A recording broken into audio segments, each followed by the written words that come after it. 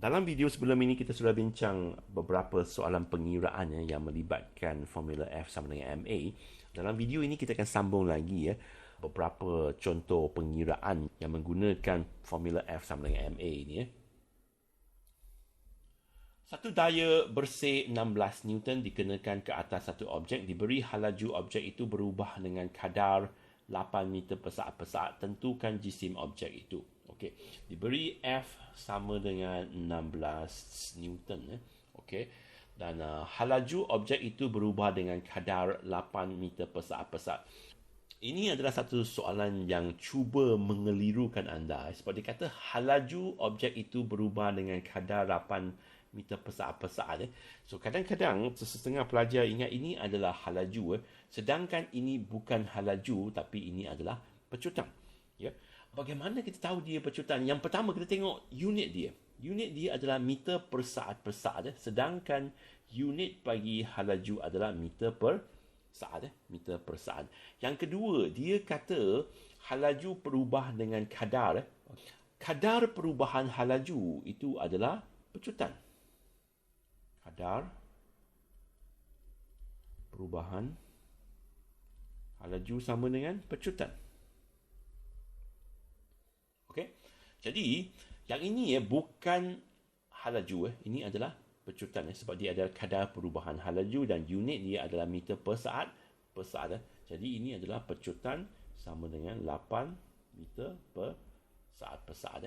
Dan disuruh kita cari jisim sama dengan berapa. Okey, jadi ini senang sajalah. Kita boleh terus menggunakan formula F sama dengan MA.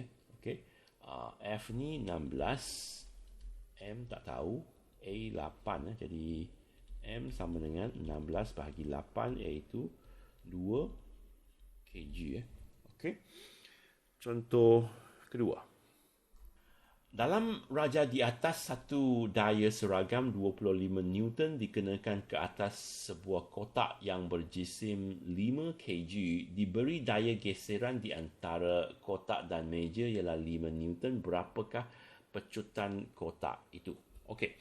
Di sini ada dua daya. Okey. F1 sama dengan 25 Newton. F2 ini sama dengan negatif 5 Newton. Sebab dia geseran ni dalam arah pertentangan, jadi dia adalah negatif lah. Dan diberi jisim sama dengan 5 kg dan disuruh kita cari pecutan. Okey. Jadi kita boleh menggunakan formula F sama dengan MA untuk mencari pecutan. F sama dengan MA. Tapi setiap kali apabila kita menggunakan persamaan atau formula F sama dengan MA ini, kita perlu tahu bahawa F ini adalah daya bersih. Daya bersih atau daya paduan. Daya paduan. Okey. Ini bermakna kita perlu mempertimbangkan semua daya yang dikenakan ke atas objek itu. Bukan satu daya saja. Bagi kes ni ada dua daya yang dikenakan ke atas objek itu.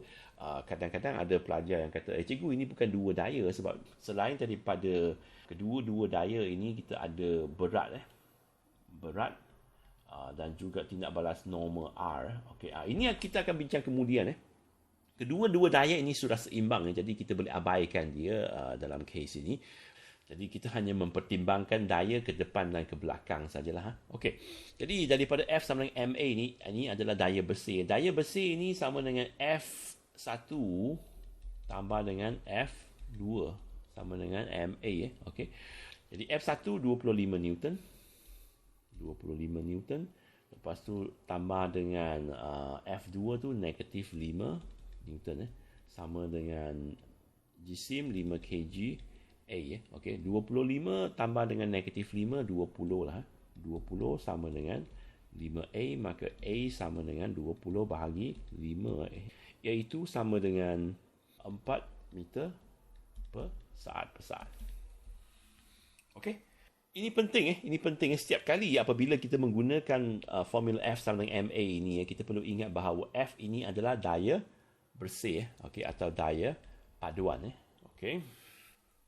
Raja di atas menunjukkan tiga daya yang berbeza dikenakan ke atas satu bongkar berjisim 20 kg jika bongkar itu memecut dengan kadar 0.5 meter per saat. Cari magnitude daya F. Okey.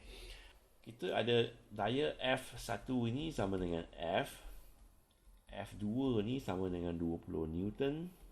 F3 ni sama dengan 15 Newton. Jisim objek 20 kg. Pecutan 0.5 meter per saat. Okey. Jadi dengan menggunakan persamaan atau formula F sama dengan MA, F ini sama dengan F1 tambah F2 tambah F3 sama dengan MA. Okey. 15 Newton ni ke belakang, jadi kita perlu letak negatif lah di sini. Okey, F1 ini sama dengan F, F2 ini sama dengan 20 dan F3 ini sama dengan negatif 15 sama dengan M ini 20, A adalah 0.5. Jadi F 20 tambah negatif 5 tu 5 lah. Okey. 20 darab dengan 0.5 ni 10. Okey. Jadi F sama dengan 10 tolak 5 sama dengan 5 Newton. Okey. F sama dengan 5 Newton. Ini cara dia. Kadang-kadang dia bagi kita beberapa daya dan disuruh kita cari salah satu daya yang dikenakan ke atas objek itu. Jadi sekali lagi okey, F sama dengan MA ini, F ini adalah daya paduan atau daya bersih. Okey, dan kita perlu mempertimbangkan semua daya yang dikenakan ke atas objek itu.